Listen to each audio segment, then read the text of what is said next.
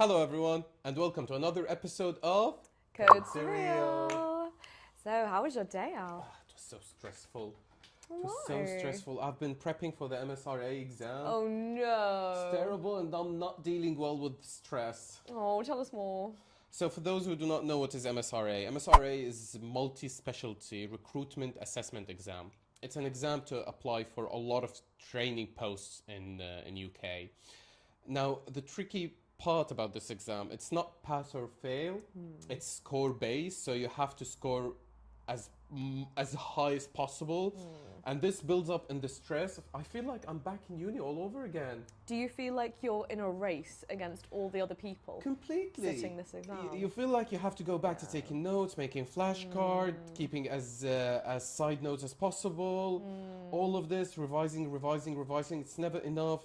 Oh. And the tricky part about MSRA, you might go to the exam having the medical knowledge from A to Z, sharp like this, but there's two separate sides of this exam. The first side, which is your medical knowledge. The second side, which is situational judgment, which is they're examining how would you deal in a scenario where it's not medical, it's only ethical.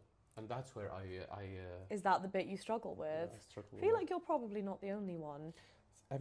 I reckon I'm not. No. Yeah, at work when we talk about it, a lot of people say, "Oh yeah, we also struggle with the SGT, Oh dear. situation judgment test." Yeah, so I suppose being able to recognise ethical scenarios and know how to deal with them, it's quite an important part of being a doctor, isn't it? It is. I mean, these things come It up is. all the time. It kind of feels like exams just never end in this career, don't they? They never do. No. This is my 5th exam for UK. I'm just getting so tired now. Absolutely. The medical part of it, in full fairness, guys, it's not the hardest. The medical part, the one that you actually like, gynae, obs, surgery, Everything. medics, everything. This everything. exam is everything. Everything, pharmacology, psychiatry, everything, completely everything. It's not that hard. Right. Honestly, it's very smooth. It goes on very quickly. Very, how would you say, appropriate testing of your knowledge at that Okay. level. They're not expecting you to know something you're not supposed to know. Okay. It's very similar to PLAP 1. Right. So this actually isn't your first postgrad exam, is it? No. Can you tell us about the others you've done? I've done PLAP 1, I've done PLAP 2, I've done MRCP1. Okay. But I'll leave that ball in your court. Oh gosh, can't wait to talk about that one. So what is the PLAB? PLAP 1 is a paper-based test. It's pretty much like the MSRA, the general medicine, including surgery, gynae, obs, pharmacology, a little bit of ethics, a little bit of statistics as well. Right. It's very smooth. It's one of the smoothest exams I've ever had. Right. The only trick with PLAP 1 is timing. So I don't remember how many hours it was exactly, Okay. but I do remember that each question would you'll have to finish each question within less than a minute. And the questions were very long, and sometimes you have chest x-ray, sometimes you have ECGs, sometimes you might Wow. have blood. Right. For me, it felt as a test of both medical knowledge and speed, but mostly speed. Like, how can you be so quick to make a decision in easy medical scenarios? Can you tell us who does the PLAB? So the PLAB, if you want to practice medicine in the UK, you need to get the GMC registration and the license to practice. For that, you need to do PLAB 1, PLAB 2. Before you're even able to apply for PLAB or even book a PLAB, you need either OET or IELTS, and they're also score-based. So I've actually done IELTS and OET on the same day. Done that, went for PLAB 1, then PLAB 2. After PLAB 2, you're able to get your your GMC registration license practice medicine in the UK. So just to add to that, as a European graduate, Okay. I actually didn't have to do the PLAB. Really? So the PLAB is for international graduates. That's what you have to do to come and work in the UK. European graduates, interestingly, don't have to do that. You know what I did have to do? What? The IELTS, exactly like you You've did. done the IELTS. I've done the IELTS. So Okay. the IELTS and OET, to clarify, are both exams that test your English proficiency, in theory. Yeah.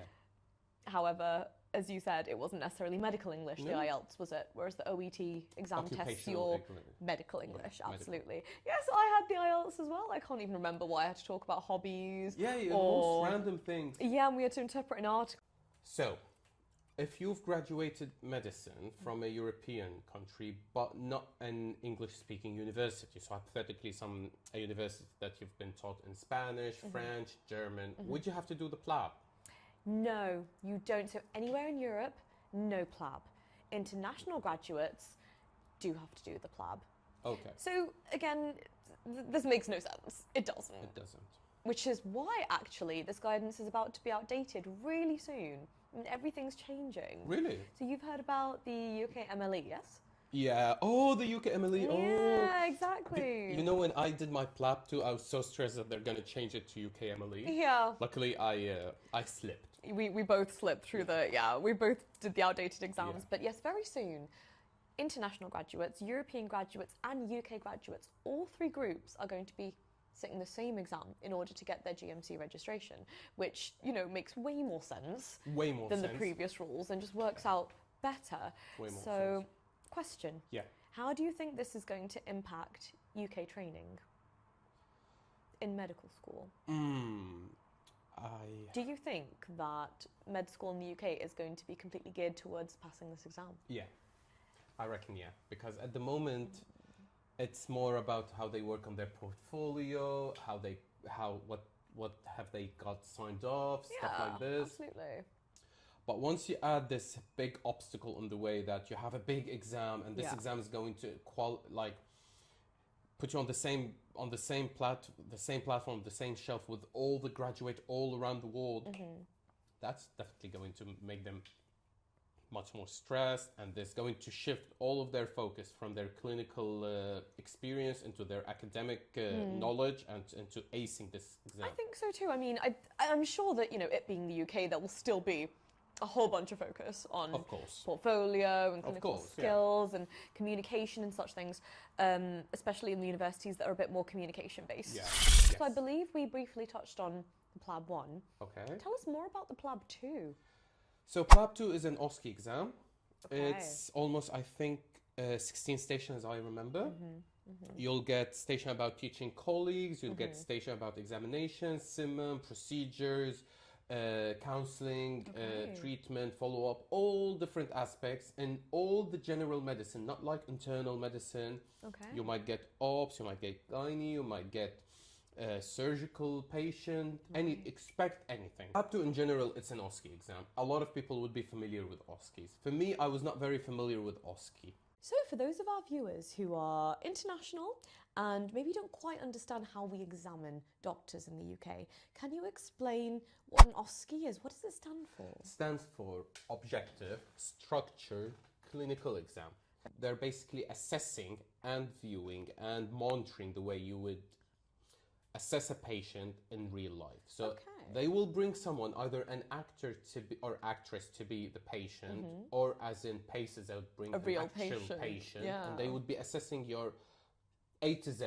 The moment you open the door, how you say hello, how you speak, how you sit, how you talk, how you manage, how you take history, all of that. That's an OSCE. So it's like a simulation of how you as a doctor Simulation would see a patient. Exactly, Yeah? that's the word I'm looking for. Okay. Yeah. It's one of the easiest exams to study for, Yeah. one of the hardest exams to actually sit.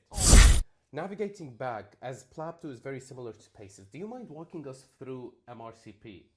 Yeah, so the MRCP. Yes. So this stands for Member of Royal College of Physicians. So physician trainees such as myself have to pass this exam in order to become a member, in order to complete internal medical training. Or if you're not going down the training pathway route, and there are other ways to become a consultant in the UK, we'll discuss that in another episode, you still have to complete this exam either way to be a consultant. Okay. So the MRCP exam comes in 3 parts. The part 1 and the part 2 are paper-based, or nowadays it's all on computers. When I say paper-based, it's MCQs, It's MCQ. multiple choice questions.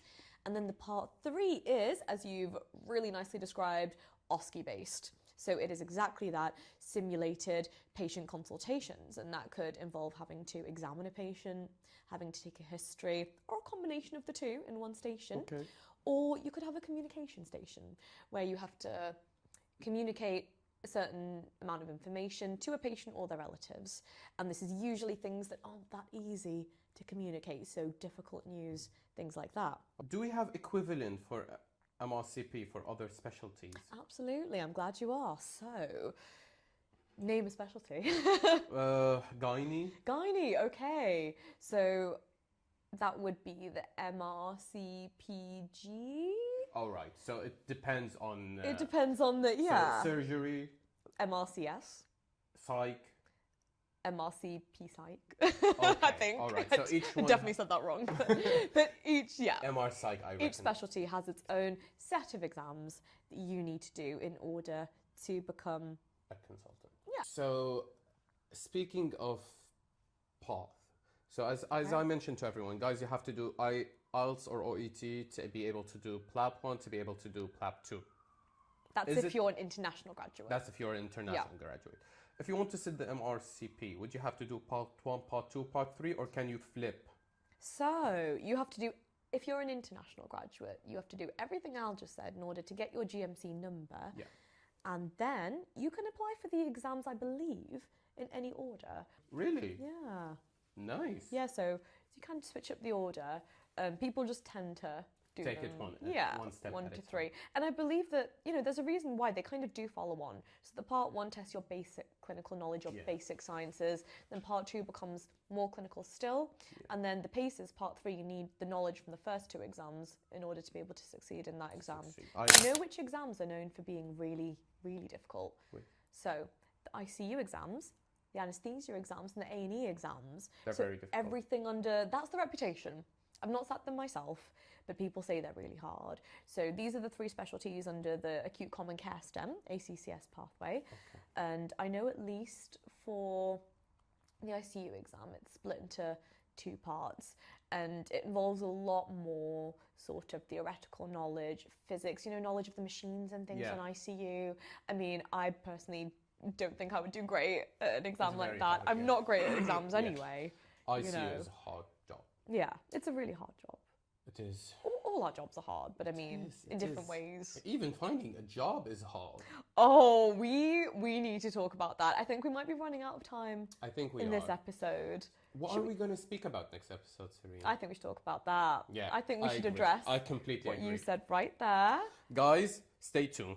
Next episode is going to be about the job situation. The job situation. Let's talk about it. Let's talk about that. I agree, completely agree. Cheers to Code Cyril. Cheers. Stay safe, guys. See you next time.